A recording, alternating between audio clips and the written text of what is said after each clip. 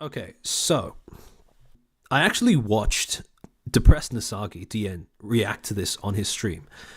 And when it got to this particular section, right, there were a lot of people that were saying something along the lines of, and this was happening throughout the time that it was happening on Twitter as well. There were a few people who were saying something along the lines of, she didn't need to apologize for this, or she shouldn't have apologized for this.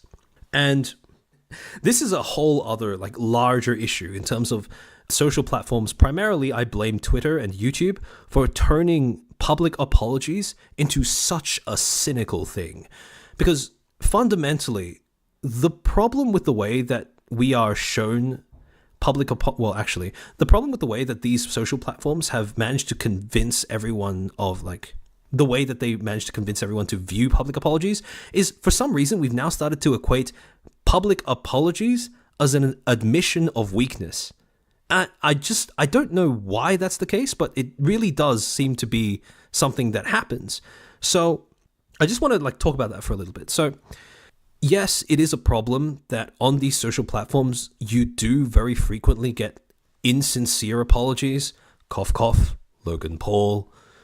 And again, I understand why, as a result of those bad actors, you are more likely to view all apologies that happen on a social platform through a lens of cynicism. But I really want to push back against the idea that public apologies equal an admission of weakness. Because if you are giving someone a genuine apology, you aren't doing so because you've done something socially unacceptable. You aren't doing that because it's, socially speaking, the right thing to do.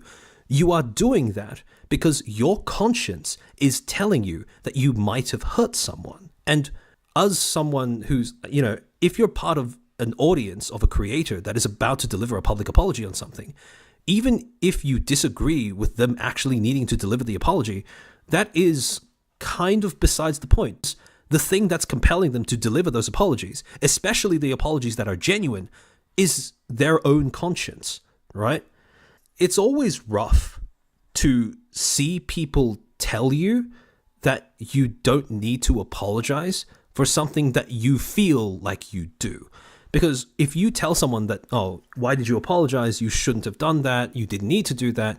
You're kind of overwriting the way that they feel as well when you do that.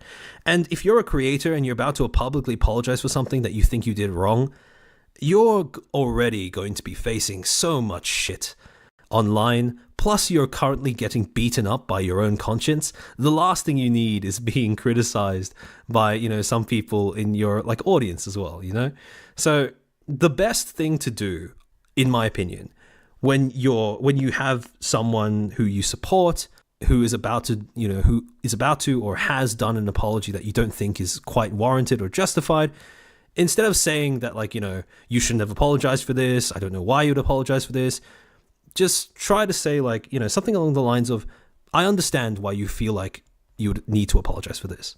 And just stop there, right? Because, again, that achieves, like, all you really need to do, which is just affirm the way that they feel. Because, again, the most genuine apologies are not motivated by loss of commercial opportunities. It's not driven by something being socially unacceptable.